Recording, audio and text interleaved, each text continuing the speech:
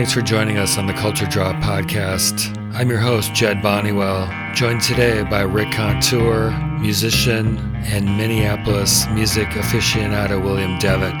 Today we're discussing guitar duos. Our favorite guitar duos include John Lennon, George Harrison, Keith Richards, Ron Wood, Johnny Thunders and Walter Lure, Marty Willson-Piper and Peter Koppes of The Church, Jimmy Reed and his sordid guitar counterparts, Robert Quine and Ivan Julian, the guitarists of Luna, The Strokes, the New York Dolls, Paul Westerberg and Slim Dunlap of The Replacements, and last but not least, Tom Verlaine and Richard Lloyd of television, among many others. We hope you enjoy the podcast. We'll catch you at the end. No, the guitar duo thing, it occurred to me a few weeks ago. It's like, my list is really small, you know? Yeah. I mean, by my whatever definition of, what makes a great guitar duo, I think I've told you, Mick Jones and Joe Strummer don't qualify, James Honeyman Scott, Chrissie Hynde don't qualify as great guitar, even though all of them are great guitar players in their own right. Yeah. But, I see your point. Because I had originally had Mick Jones and Joe Strummer. It's like, well, no, it's not really, they're not playing off each other. I mean, Joe's playing rhythm, Mick's doing his own thing. It's not like they're intertwining in a, memorable way, like they're two parts. Right. I mean, Joe's a great rhythm player, obviously, as is Chrissie Hynde. Yeah. And, Mick, he's a great improv player in his own right, but just by himself. He only improv'd with himself. That's right. Live. Yeah. Mainly. But, Joe, just like Chrissie, they just played what they played, they just, and they were often, very much, mixed down as well. In the mix, I think my list, I'm looking at it right now. It's pretty short. I can get through it in 5 minutes, and half of it probably overlaps with what you have anyway. I'm guessing that's probably right. Yeah. Well, you want to go? Mine's, there's a lot of overlap within my list itself. Common artists and bands. So, I don't know. You want to go first, or me, or what? Look, why don't I just go through my list, and then you can go through yours, and then we can go on to the other topic. Okay. First, I've got Keith Richards and Ronnie Wood. Start Me Up, Beast of Burden comes to mind as a really nice interplay one. I could go on and on. That's a great example, Beast of Burden, yeah. There's just something really pleasing to my ear with how they're interacting with each other with riffage that is such a cool, unique sound. I like Mick Taylor just fine. He was doing more I don't want to say single note stuff, but he struck me more as a soloist than Ronnie Wood, who's more like a riff guy. So I just didn't get the same listening to that as I do hearing Wood and Richards interact. And just personality-wise, I think that may be part of it. They're just very simpatico. Oh, to be sure. And that's probably going to be, number one on my list. But I've got some commentary on, Keith and his various partners, meaning, Mick Taylor, Woody, Mick Taylor, and Brian Jones. You want to keep rolling, or should I go off on my Stones tangent here? What do you want? Why don't I just roll through it, and then you can roll through yours and go to your tangent. Okay. Jimmy, and because on a related note, Jimmy Reed and his two guitar thing definitely impacted, I think, that Richards Wood template. And we talked about this before. Yeah, it's a good call, but this is odd that you actually know. Now, who's his other man? Here's where it gets interesting. So I was trying to figure that out so I could talk about it in an articulate way. And there is no one other man. To give you an example, Big Boss Man has got Lee Baker and Lefty Bates. Baby What You Want Me to Do has got Eddie Taylor and Lefty Bates. Eddie Taylor was the guy I was thinking of, but yeah, he probably recorded with a whole slew of different guys. And Bright Lights Big City was Jimmy Reed himself and Lefty Bates. So it depends which song, but no matter what song it is, you get that beautiful guitar in each channel, and they're kind of weaving with each other, which is a definite template I think Keith has in mind for at least some of what they're doing. Yeah. Jimmy was an eccentric player himself. Never just 12 bars. It's 11 bars or 13 routine bars, Right. The blues is often considered, a simple medium, and it's like, no, not so. And he changed it up. That was one of the many things he was known for, as a songwriter and as a player as well. I thought you'd have Jimmy and his various partners on there. But yeah, I've never listened enough, like particularly with headphones or anything. Yeah, it's really cool. It's recorded really nicely too. It's just a really great listening experience, that Jimmy Reed stuff. Oh yeah. He's probably he's up there in my top 10 of all the great blues guys. Yeah, definitely in my top 10, maybe in my top 5. Yeah, good call. Yeah. On a related note to the Stones, I've got John Lennon and George Harrison. Lennon doesn't always he's known as a great singer and songwriter, but he was also a very good guitar player. Give you a couple of examples, like All My Lovin'. John Lennon, Paul McCartney has mentioned this in a recent interview. That guitar that's going da-da-da, da-da-da, da-da-da, da-da-da, throughout All My Lovin', that's John having to do that the whole song, which is not easy to do. Right, yeah.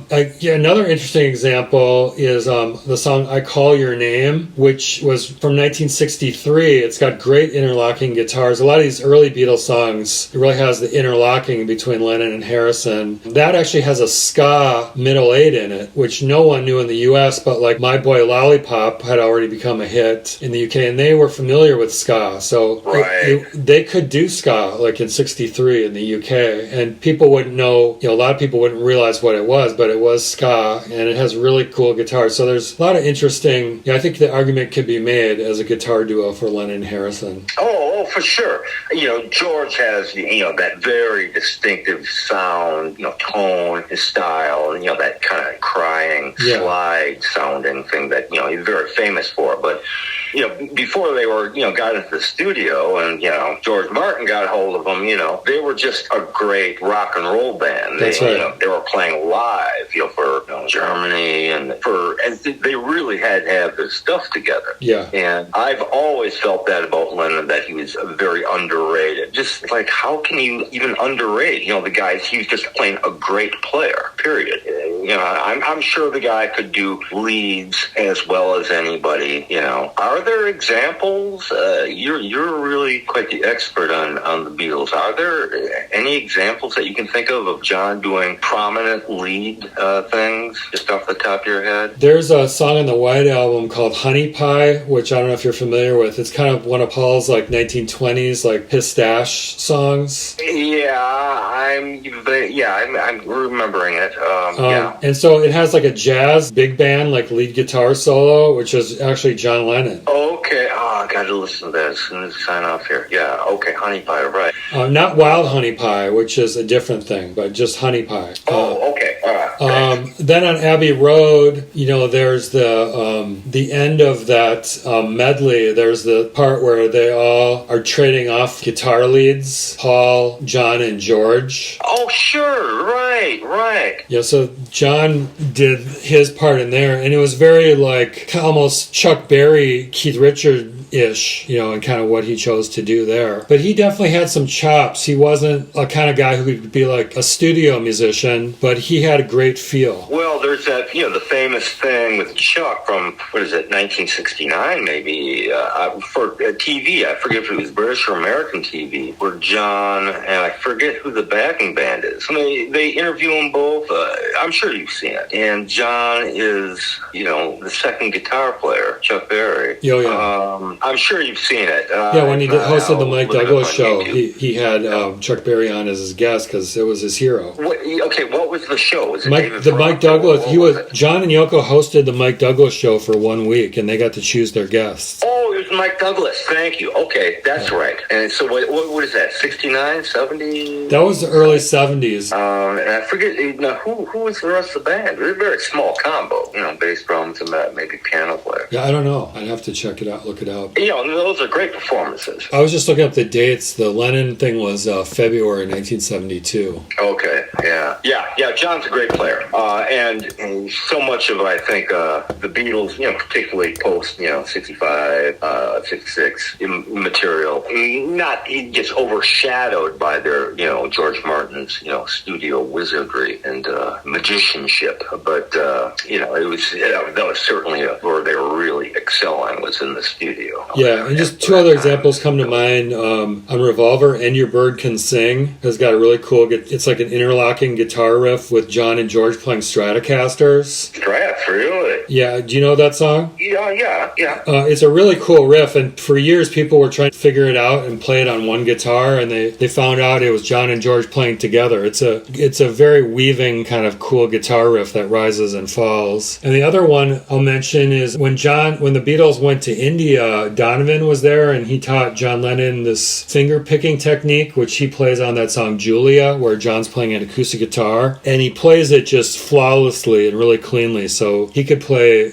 clean acoustic guitar too. Yeah, I mean, in his solo career, I'm guessing that he played, a lot of guitars, on his album. Now, he probably had a lot of other big names as well. Yeah, that's a very good point. I think on his solo albums, he tended to play more the piano, like on Imagine or something like that. And he had people like Jesse Ed Davis and Hugh McCracken and a lot of top like studio guys playing the actual guitar parts. But like on Double Fantasy, his last album, I know he was playing rhythm guitar, kind of like he was doing in the Beatles. So it just depended on what the song was. Yeah, Jesse Ed Davis, he was a great player. He actually joined the Faces for their vinyl tour. Yeah, he was kind of a cool hangout guy like Ronnie Wood. He played a lot on both George Harrison and John Lennon solo albums. Yeah. Back to where you were at. Oh yeah. Next, you probably have this on your list: Marty Willson-Piper and Peter Koppes from the Church. Oh yeah. Really great interlocking guitar, but interestingly, I don't think they coordinated like verbally, like who was going to play what. Like they each kind of decided what they were going to do and just intuitively made it work. But just to cite a few great albums that people could check out, The Blurred Crusade, Heyday, Priest equals Aura, basically anything where Marty was in the band, which is pretty much every album with the exception of maybe one from 1980 to 2013 has got examples of that interlocking guitar work.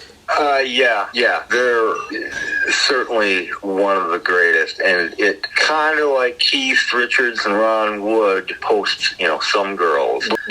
Really, and it actually took me, many years, even though I was, a dedicated Stones and Faces fan, to figure out who was playing what. You mentioned Beast of Burden as an example. That's a great example. Yeah. And to this, seeing, numerous, live shows on video, I can figure out who. But that's, by now, I can tell just, sonically who's playing what, just by their approach and tone. But Some Girls was kind of very startling and new because Ron Wood didn't really sound like the Ron Wood of the Faces, and it was a whole new approach, not for Keith, because I think he had that with Brian Jones as well, although Brian really didn't do a whole lot of lead playing.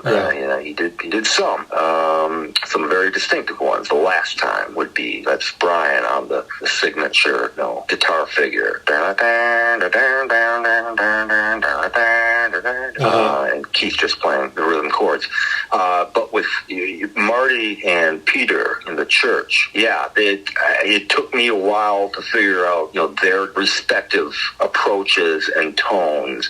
And the thing with the Church and with those players is that they use so many effects. Right.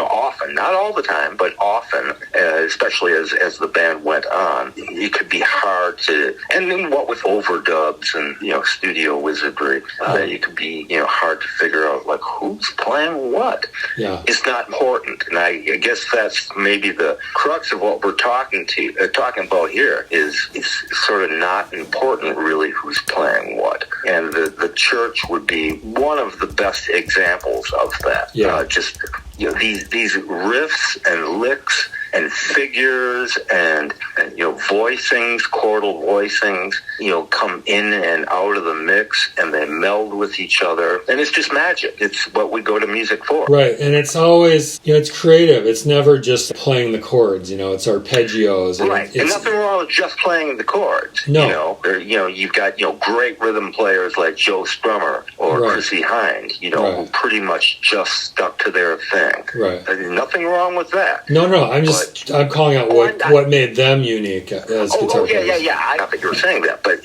there was just so much activity going on. It's like they were restless.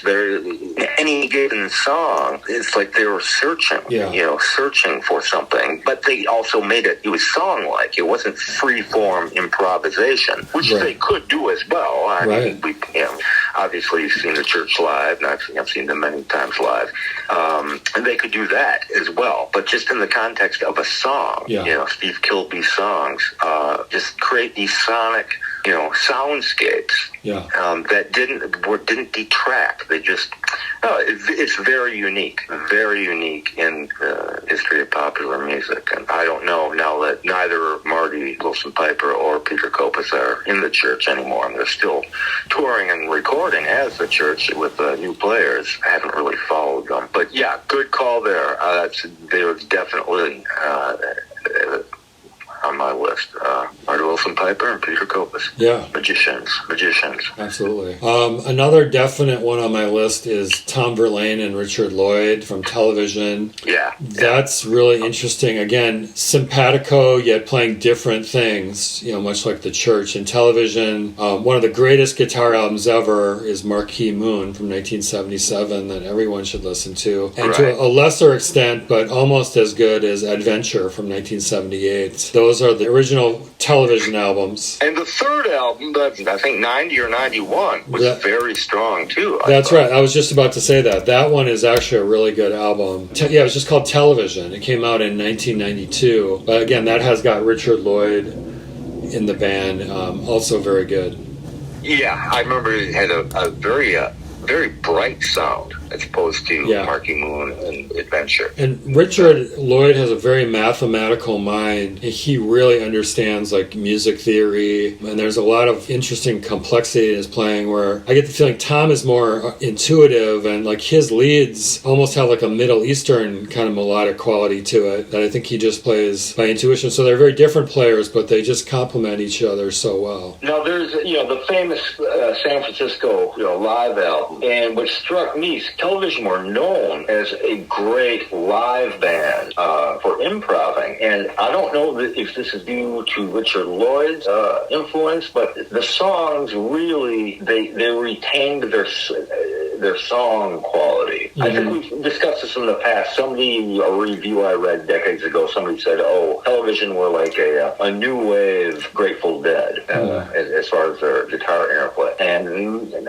I don't really know much about the Dead, but Jerry Garcia and Bob Weir were obviously a great guitar duo.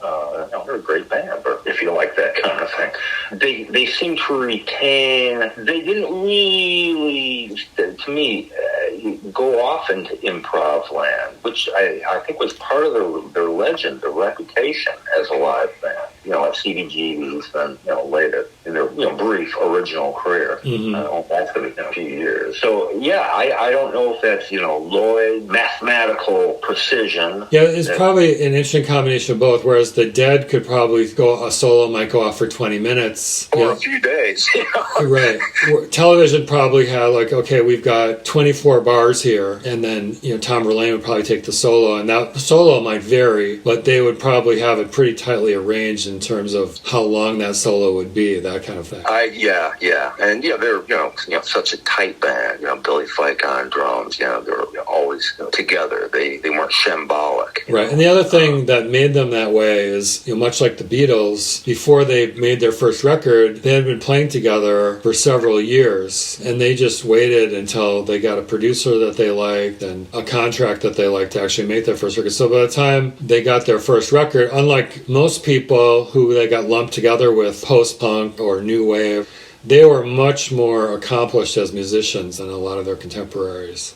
Oh, yeah. Well, they're going to come up in my list. Well, maybe I could just get to it right now, but it's kind of a tangent because it's going to involve some other artists and bands who are connected with television. And you can probably guess, Richard Hell's going to be one of them.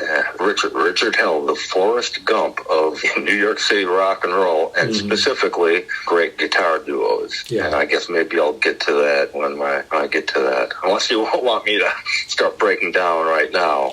You're welcome to it. If you think it makes sense right here, you can go for it. Well, okay. I say Richard Hell he's the Forrest Gump of rock and roll. So he formed the Neon Boys with one Tom Miller, meaning Tom Verlaine, Richard Myers, meaning Richard Hell, were teenage buddies, ran away from home. Miller from Massachusetts and Meyer from Kentucky, and went to New York City to make their fame and fortune and, become poets, flying by the seat of their pants. Well, they decided, let's start a band. Well, Verlaine he'd been playing. He'd already, was a, fairly accomplished guitar player, and Hell didn't. And so I thought, I'll play bass. And they got Billy Fica, great drummer, and formed the Neon Boys. And this is, like 1972. Yeah. And just a trio. Eventually got Richard Lloyd in the band and changed the name of the band to Television by, say, 75. And, Hilly Crystal had opened his club, CBGB's, and started inviting original, bands, young original people playing original material instead of just, covers. And so, they eventually, Tom Verlaine and Richard Hell had, musical differences, and Hell either quit the band or Verlaine and Lloyd kicked him out of the band. Whatever, he left the band, and right about this time, 1975, the New York Dolls had just broken up, and they're on my list as well. Johnny Thunders and Still Sylvain, and they were on their last legs, and Johnny Thunders and Jerry Nolan quit the band after a disastrous tour in Florida. Went back to New York City and looked up Richard Hell and said, hey, you want to start a band? Boom, the Heartbreakers, just the trio. It's Jerry Nolan, Johnny Thunders, and Richard Hell on bass, who had just left Television, and they eventually got Walter Lure on second guitar, and they're another great guitar duo, Johnny Thunders and Richard Hell, and Walter Lure. Yeah. And eventually Johnny Thunders and Richard Hell would have artistic differences, and Richard Hell would leave the band, form a band called the Voidoids with Robert Quine and Ivan Julian. Right. And so that's the third of his great, guitar duo bands. Bands that featuring two guitar players with distinctive parts who play both lead and rhythm, and cool guitar figures, little licks, identifiable. And so that's why he called Richard Hell the Forrest Gump of right place, right time. He wasn't a greatly accomplished musician or anything. He ended up playing with three of the great rock and roll bands really ever, and certainly three of the most indelible New York City bands, influential and bands of that era. But and then they started, journalists started calling it, punk rock and new wave and all those journalistic conventions. But he got to start with Tom Verlaine and then Richard Lloyd and then two other great duos in all in the space of 3 years. Yeah, that's incredible. I didn't realize he was in the Heartbreakers. Yeah, he formed the Heartbreakers. Yeah, wow. But they only recorded their one studio album, LAMF, and they had a different bass player, Billy Rath, who was a very, very fine bass player. Yeah. By that time, 1977, but he recorded a full-length, almost a studio demo with the Heartbreakers, and there's live recordings as well of them. They're just a great band. They were like. But it couldn't last. Bad habits abounded in the Heartbreakers. Sure. And Richard Hell was certainly had the similar bad habits to Johnny Thunders and Jerry Nolan. Yeah. Yeah. So Television, good call there. That's they're certainly one of the greatest ever duos. Even if you don't like, say, Tom Verlaine's voice, or if you don't like Richard Hell's voice, or you don't like Johnny Thunder's voice, or Walter Lure's voice, and there's good reason for people to not like those voices, because they're, wild, feral, primitive, untrained, and untamed voices.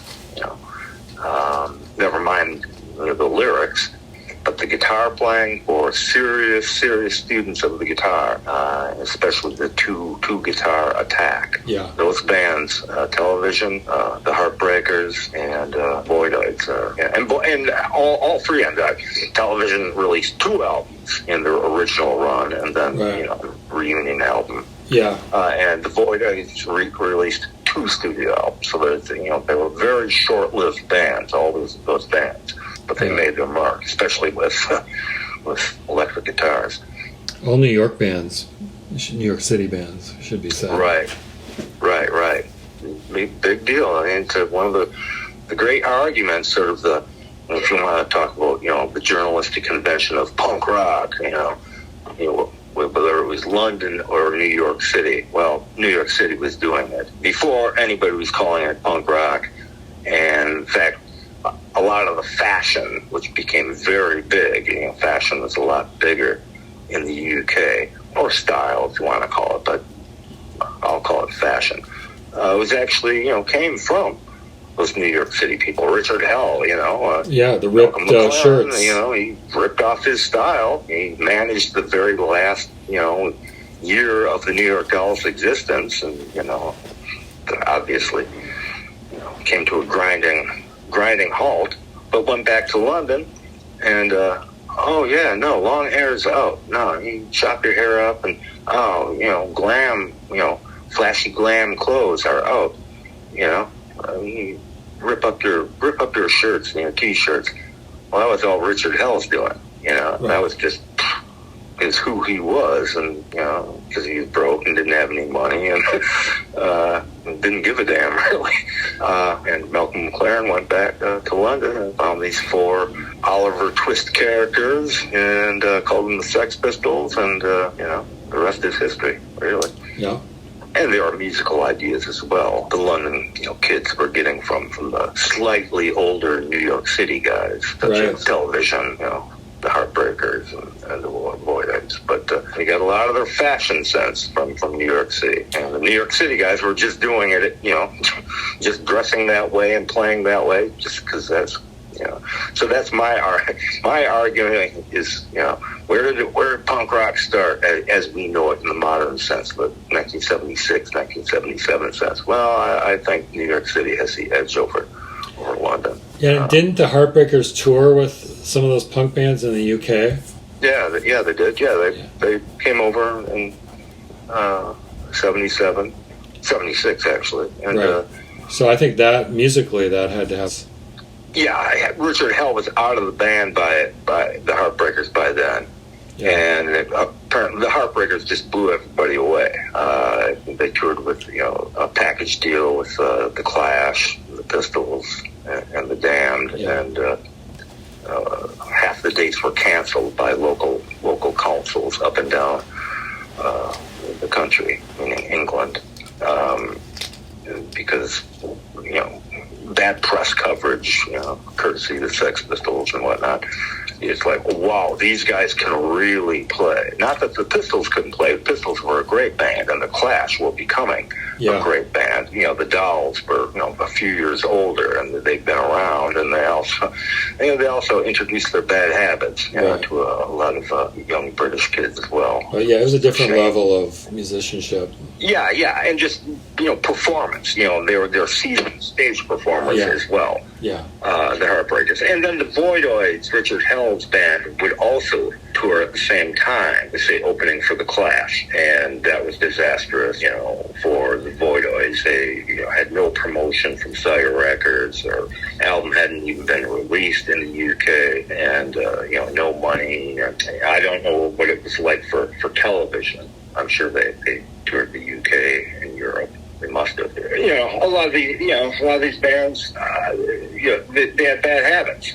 I don't know, Verlaine, per se, but, Richard Lloyd, had the same bad habits that the Heartbreakers did and, Richard Hell did. The creativity, the innovation, and the gusto that these bands played with. And, they weren't coming from, say, a blues, rock, rhythm and blues tradition. The Heartbreakers a little bit, because that was the blues and rhythm and blues were, a big grounding factor, say, in the New York Dolls. And, Thunders and Jerry Nolan, grew up with that.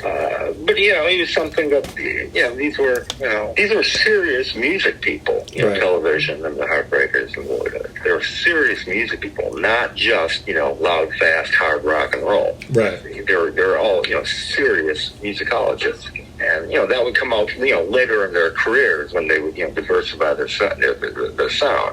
Some of them didn't make it, the Johnny Thunders, famously, lived a very hard scrabble existence, professionally as well as personally. Their influences and their, would come out more so in later years after the 76, 77 kind of explosion and record companies, wanting to glom onto this punk rock new wave thing and sign everybody to major labels like that, which is a great thing, at the time, it was a scene, it was a movement almost, Yeah. But there were some serious musicians involved. It wasn't a fad. It wasn't a fashion. Style, yes, there was plenty of style going on both sides of the Atlantic, but it wasn't a fashion thing originally. There were some serious players, and some who didn't start out as great musicians ended up being great musicians. Maybe not great technicians, but great musicians or magicians. Right.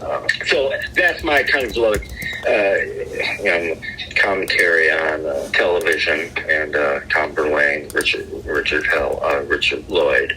Richard Hell was a big factor in that whole scene. I mean, the guy he wasn't even a musician originally. He was just kind of a joker poet, And he's still around. He's mostly a writer these days, right? Music and film reviews and book reviews for the New York Times or the Village Voice or whatever. Pretty much just a writer now. Richard Hell? Richard Hell, yeah. Yeah, he really had that, he seems like he's got that artistic sensibility. Well, yeah, but they all did. I mean, Tom Verlaine did, when they were, friends, originally, before they started the Neon Boys, that was just, it was like, let's start a band kind of thing. Yeah. In 72. Verlaine and Hell collaborated on a book. I've never read it, and I think it was just like a self-published fanzine thing. They created characters for them. So they created a character of a young prostitute, and it's in her voice, apparently, I think, but it's Hell and Verlaine collaborating on it. It's called Wanna Go Out, and it's kind of a legendary thing. It was a self-published, self-printed thing. I think that was before they actually started the Neon Boys as a band. Mm-hmm. So, I mean, these were two young guys with just, like, big ideas, big ambitions. They didn't know what they wanted to do, but they wanted to go to New York City and do something. Right. And music maybe was a byproduct of that, maybe more so for Hell, because Verlaine was, even early on, a pretty accomplished guitar player. So, yeah, it's just a real interesting time, kind of era, even though it's very short-lived. I mean, we're talking basically, the 70s. 10 years is the blink of an eye, Right. But the influence, the lasting influence that these artists, that's kind of an often abused term, an artist. Oh, who's the artist? Well, it's a generic term, meaning a musician or whatever, But, in the case of people like, Tom Verlaine and Richard Hell or Robert Quine, the art is a big part of the term. These were serious art world people, and they had their fingers in all kinds of things, literary things and fashion, just the underground scene. Just a real interesting time, but we're talking about music, and the proof is in the music. It's like, how did Verlaine and Richard Lloyd, how did they come up with that? That thing. The Heartbreakers are the most raucous, of those bands. Yeah. And then the Voidoids, listening to Quine and Ivan Julian's guitar attacks, and from the few live recordings I've heard, which are pretty bad sound quality, they actually played their parts pretty much just like on the record, as the Heartbreakers did. You think they'd be wild and raucous and chemical imbalances. No, Lure and Thunders tended to play exactly the same parts, the same motifs, the same leads, the same patterns. And I guess that's what I was getting at from the few live things I've heard of television, is that they tended to play the same motifs and patterns a lot live. Yeah. To me, this indicates just control, not just discipline, but focus. And Lloyd and Verlaine, and then Quine and Julian were probably the most focused, because the Heartbreakers were, probably had the worst chemical imbalances. At least Johnny Thunders did. Well, he became that way through the years. But this actually provides, focus on what they're doing. If you're ready to transition, this provides a nice transition to the next two people on my list. Yeah, go. Robert Quine, who you just mentioned, and Lou Reed on the Blue Mask and Legendary Hearts. Yeah, they're coming up. They're on my list as well. Yeah. Great guitar, interlocking, two parts complement each other, especially on the Blue Mask, I think. A little less so on Legendary Hearts. This is like 1982 Blue Mask. I think Legendary Hearts was 83. Right. But both great, fun, great listening guitar-wise for those two records. Yeah. Well, the Blue Mask is recorded. Everything was recorded in either one or two takes, completely live. There's only one overdub, guitar overdub. Lou overdubs the guitar on one song. Wow. And the vocals are overdubbed. So it's live organic. in the studio, almost no rehearsals. The band just learned, with bassist Fernando Saunders and drummer Don Perry. Yeah. They just learned from cassettes that Lou gave them. Just Lou playing and strumming a guitar. In fact, they used one of those demos on the album in lieu of the band's effort, and you can hear the cassette tape hiss and everything. And they released a live album, live in Italy. They toured in '83 in Europe, not the United States. After Legendary Hearts came out, and you can really hear, just the band. The whole band is great. Fernando Saunders. We've talked about this in previous podcasts. Right. How his style and approach and tone almost acted like a third guitar. Right. But Lou and Quine. Quine was obviously technically more advanced than Lou. Right. But Quine had this huge debt to Lou Reed's guitar playing. He followed the Velvet Underground around the West Coast, and famously recorded on a cheap cassette player many Velvet Underground shows from 1969, which were years later released as an official bootleg box set called the Quine tapes. Right. And so Quine at the time was just over the moon about getting a chance to play with Lou Reed.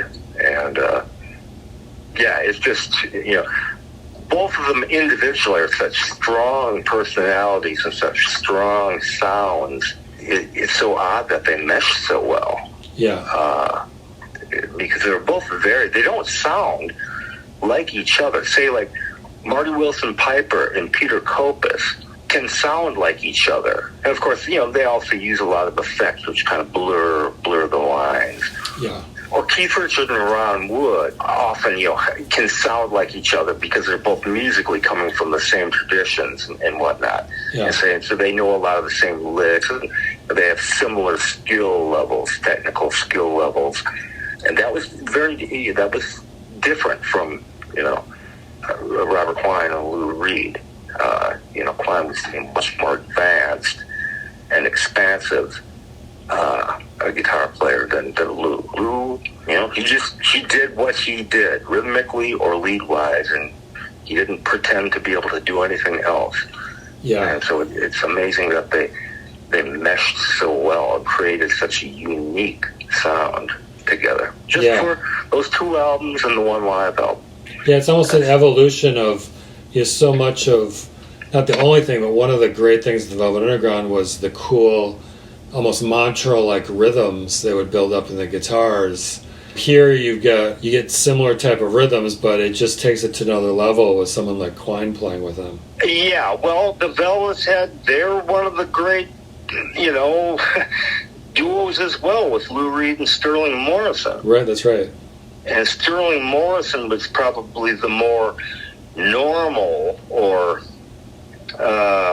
normal's not the term, but the more conventional guitar player of the two. Yeah. You know, Sterling could do, you know, little blues licks, you know, things, you know, from, say, the Rolling Stones, you know, the hybrid of blues and rhythm and blues. You know, he's versatile. Whereas Lou, he had his rhythm stroke, which is just, you know, just elegant and wonderful. And then, you know, he could go off on these crazy, you know, sometimes atonal leads in the Velvets. But they could also meld on very quiet, gentle, you know, beautiful songs as well. So they're a great duo. They played off each other wonderfully. You know, these are bands, you know, back then, these are people, their bread and butter was playing live. You know, Velvet's never made any money. You know, they just played all over the country, you know, and often to, you know, people who didn't like them, to sparse audiences of, you know, 50 people. But they just knew, you know, intuitively each other's playing.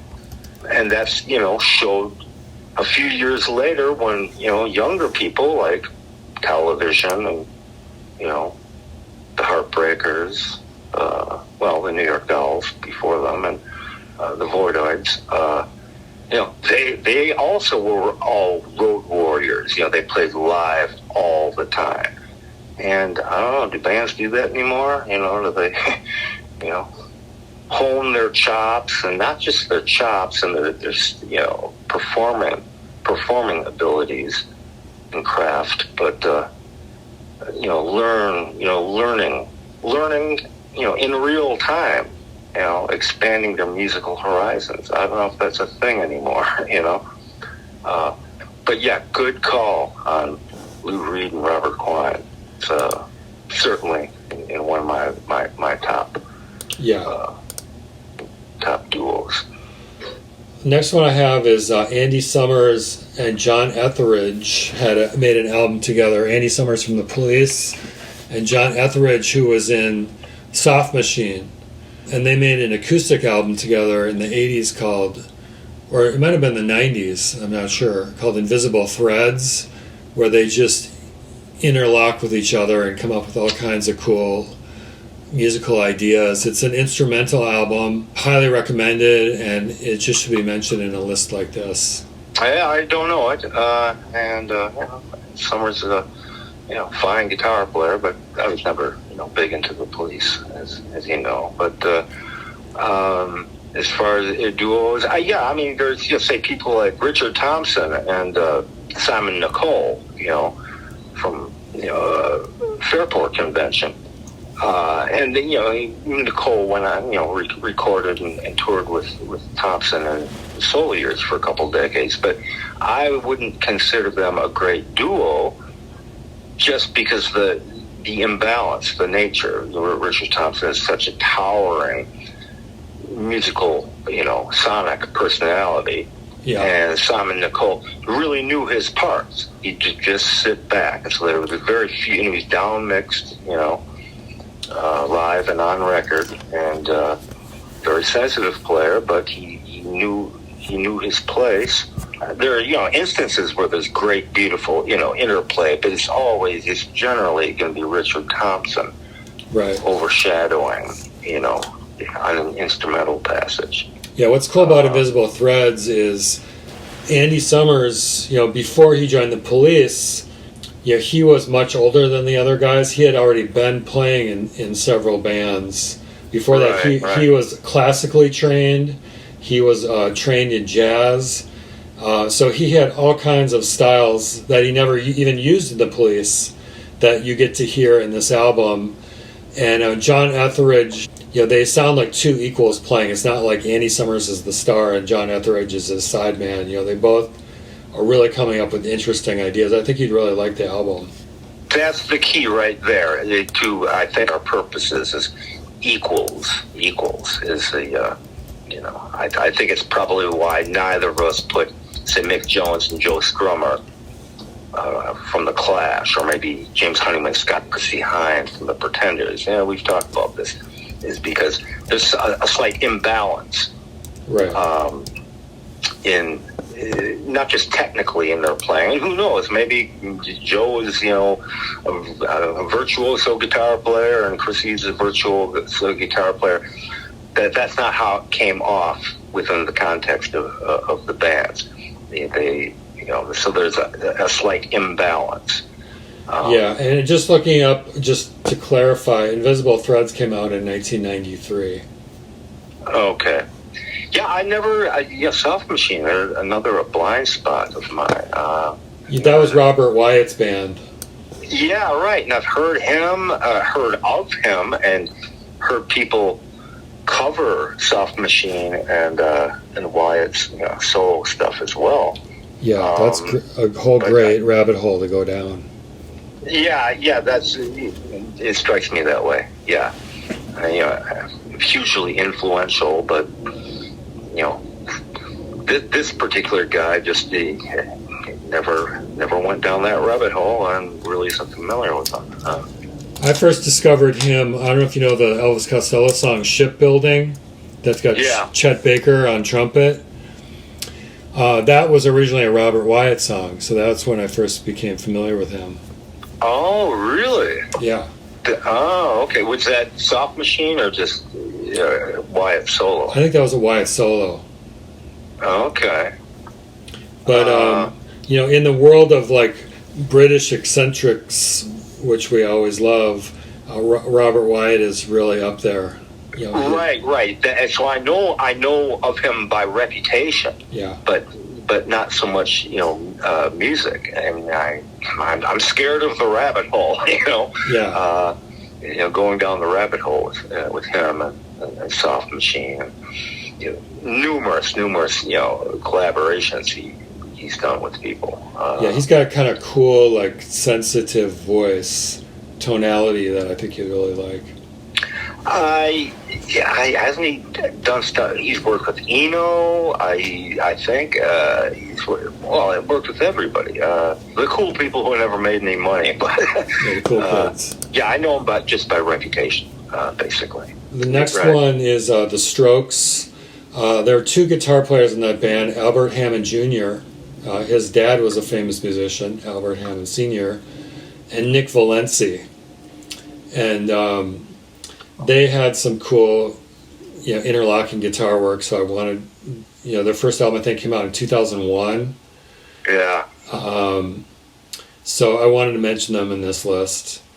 They were great. That was a great album, and it was this resurgent, but it's very retro looking, and I think that was part of its appeal. Yeah. It's like all these young people.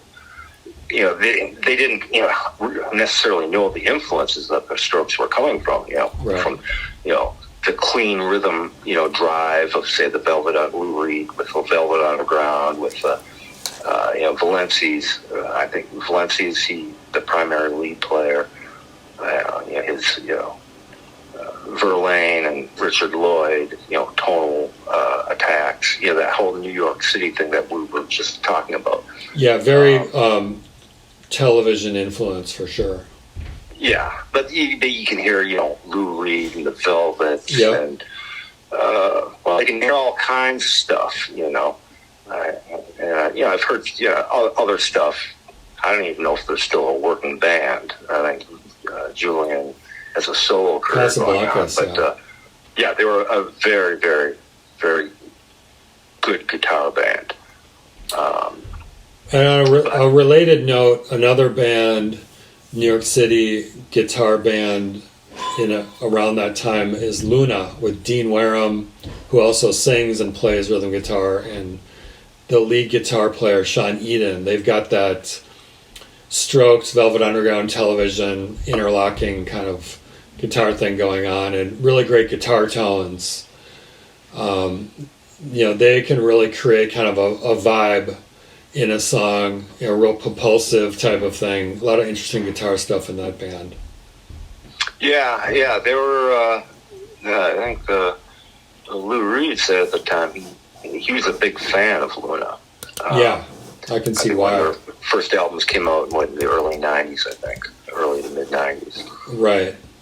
And Lou talked them up in interviews at the time. I thought they were really good. And Lou was generally, he was not real generous with people who had sort of a Velvets kind of vibe. Yeah, so that's saying something. That's high praise indeed. If I recall it, like one song to check out for people that kind of exemplifies that, it would probably be 23 Minutes in Brussels is a really great song of theirs. Yeah. I think you sent me a live video clip of that, and it's pretty expansive, to say the least.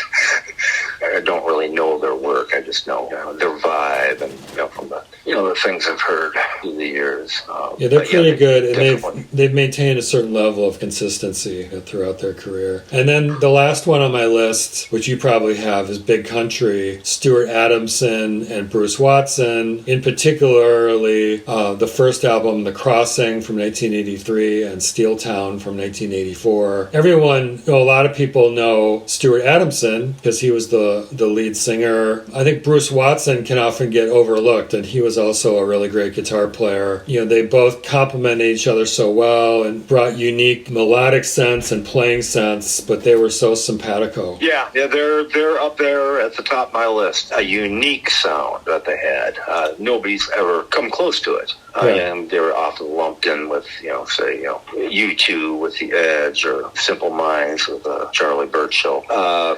They were both individually very, very strong musicians, technically. Yeah. Together, forget about it. And I'd put their third album, The Seer, although the production's a little too glossy and clean for me. Yeah, Seer wasn't bad. The mix. But the thing, and Bruce Watson explained what they did, with those first two albums with Steve Lillywhite and The Seer as well. There's so many, guitar overdubs, just little fills and things, and it's kind of like the Church. They use a lot of effects, guitar effects, but they just swirl around. And so Bruce Watson was explaining, he and Stuart Adamson had to sit down and, when they were creating the band and say, well, how are we going to do this live? Yeah. And so their ability to focus individually and collectively on the salient, the most important, licks and figures, because these aren't just straight strum, rhythm and lead. Right. They're back and forth, and they're not just,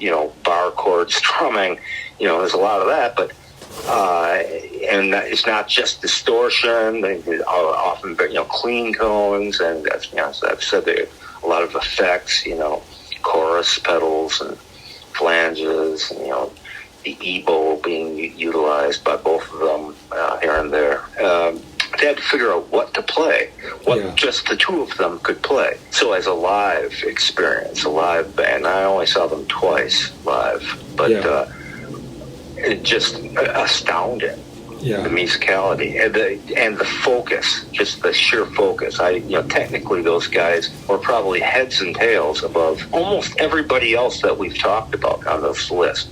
Maybe, a guy like Robert Quine or Richard Lloyd, technically were, a match, but,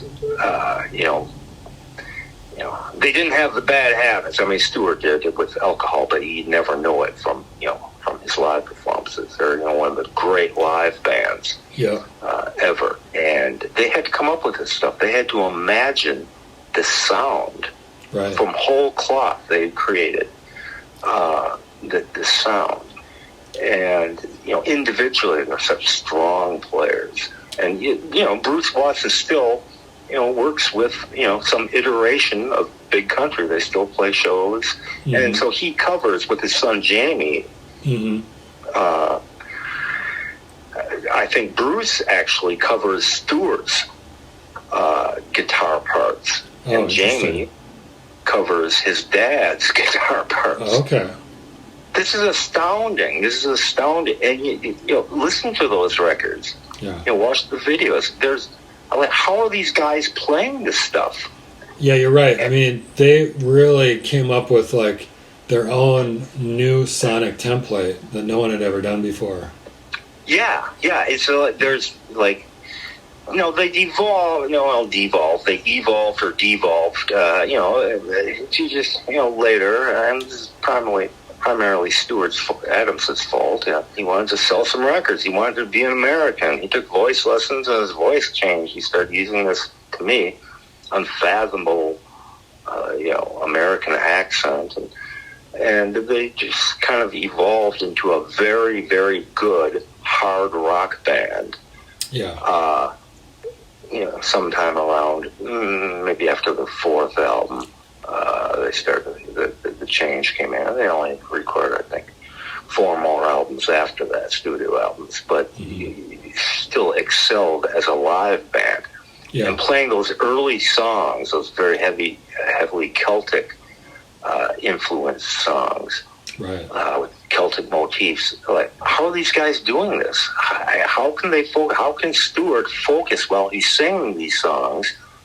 And you're watching, you can see the videos, his fingers and his right and left hand.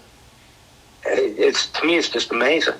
And you, as a guitar player, I'm sure equally mind blown. Like, oh, totally.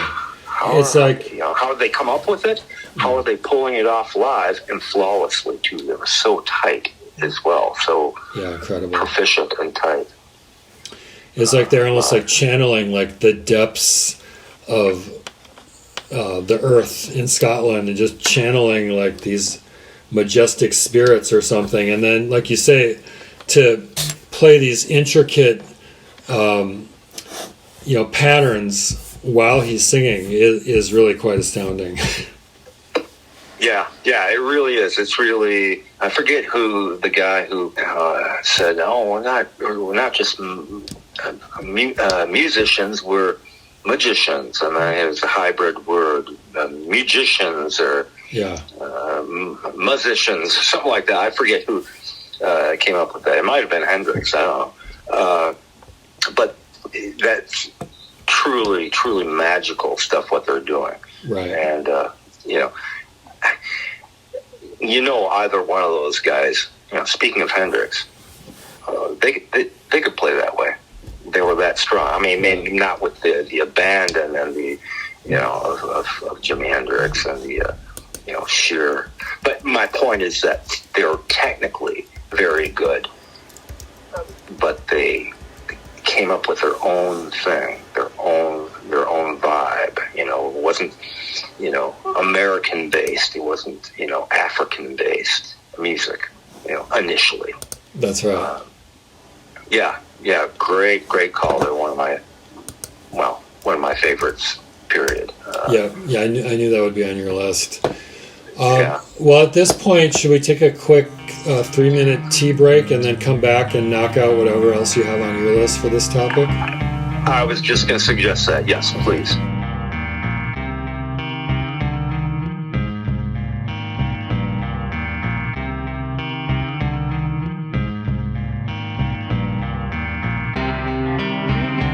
Syl Sabine, Johnny Thunders, very defined, distinct, hooky, catchy guitar parts that they played live. Yeah.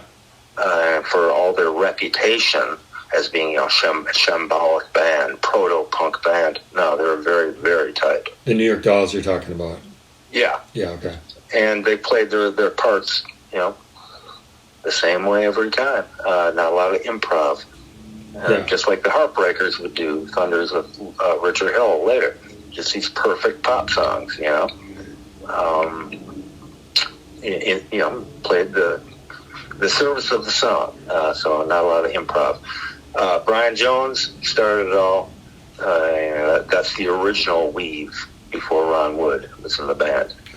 Yeah, it's interesting you mentioned the last time earlier, because that was always one of my favorite riffs growing up, and I remember trying to learn that. I didn't realize that was Brian Jones playing that. I always assumed it was Keith. Yeah, I always assumed it was Keith too. And I can't really think of many other distinctive ones that Brian played. Certainly a lot of his slide playing. Mm-hmm. Sure. Before, Keith, started playing slide, and then eventually Mick Taylor, and ultimately Ron Wood. Remains a great slide player, but I can't really think of many other real distinct guitar parts of Brian's. Their cover of Bo Diddley's Mona, which I think is one of the few covers of a great song that's actually better than the original song, as opposed to, say, a cover of a mediocre or not so good song that's better than the original not so good song. Bo actually said Brian was one of the few people who actually got his guitar feel and sound with the tremolo.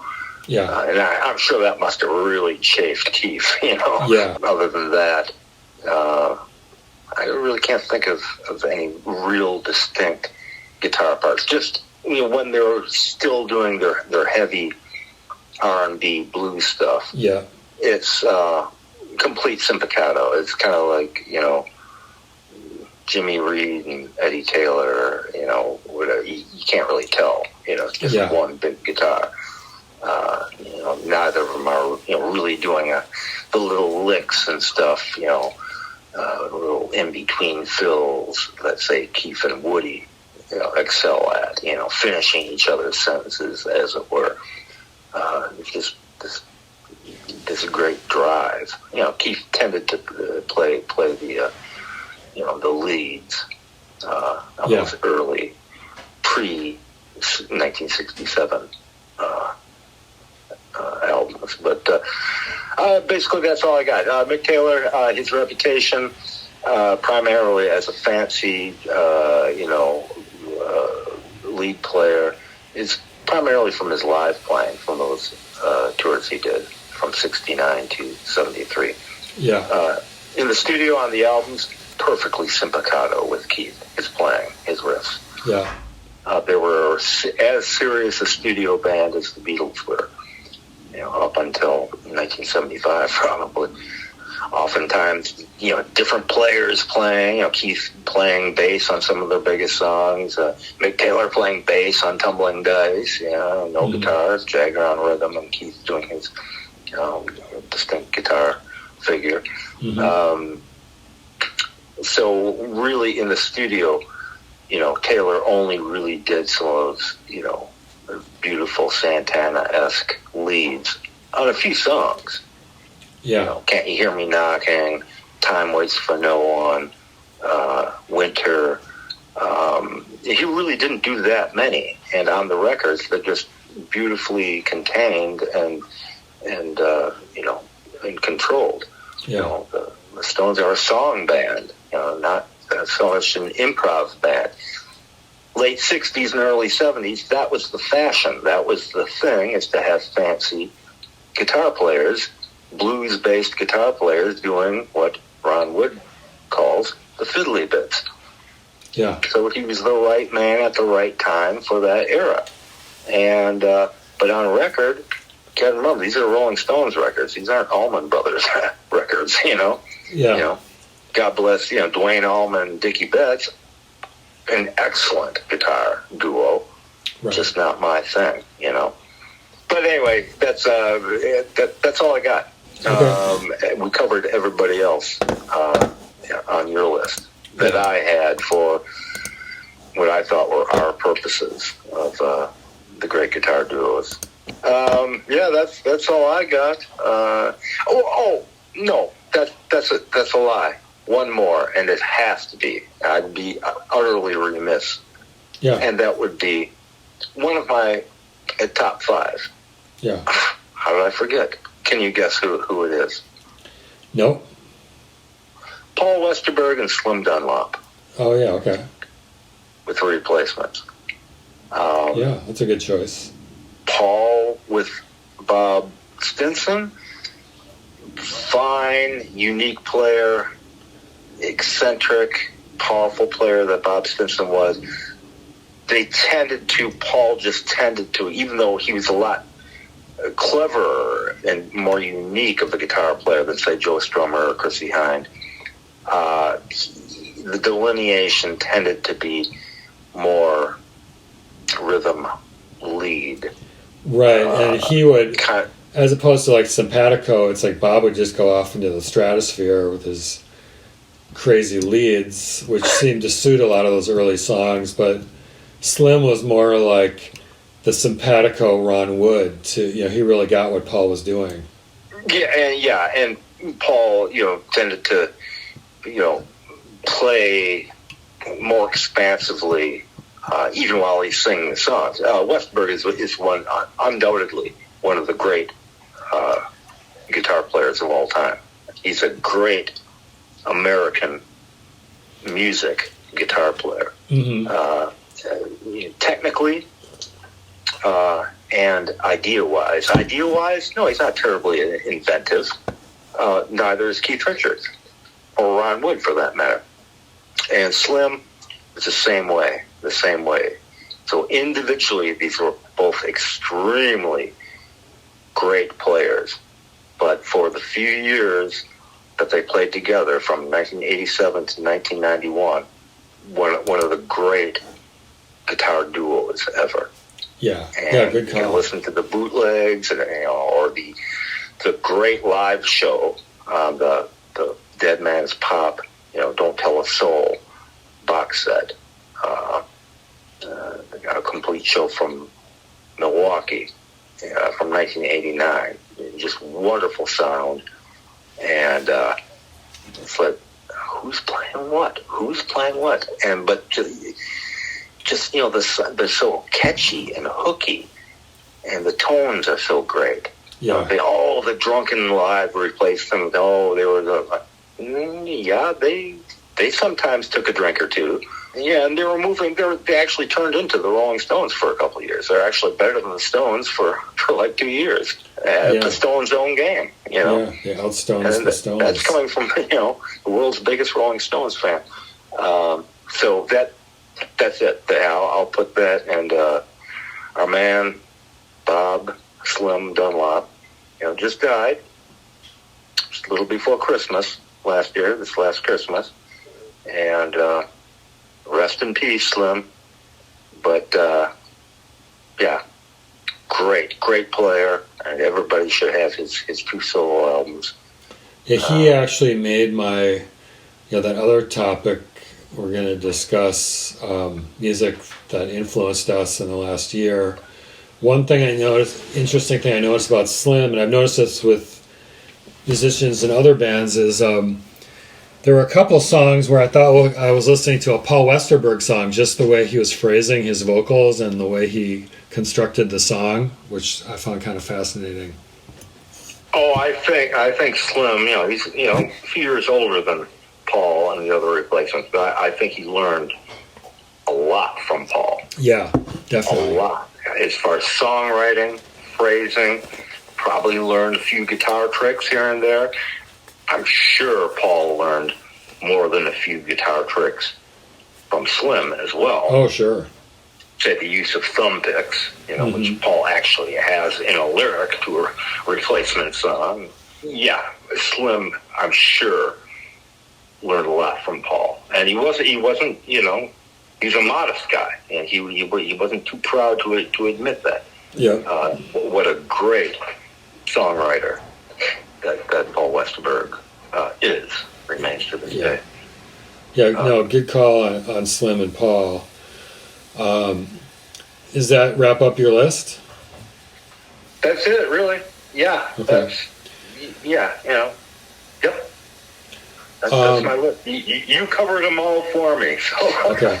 No, that worked out great, because we were kind of having good conversations as both our opinions as we went through.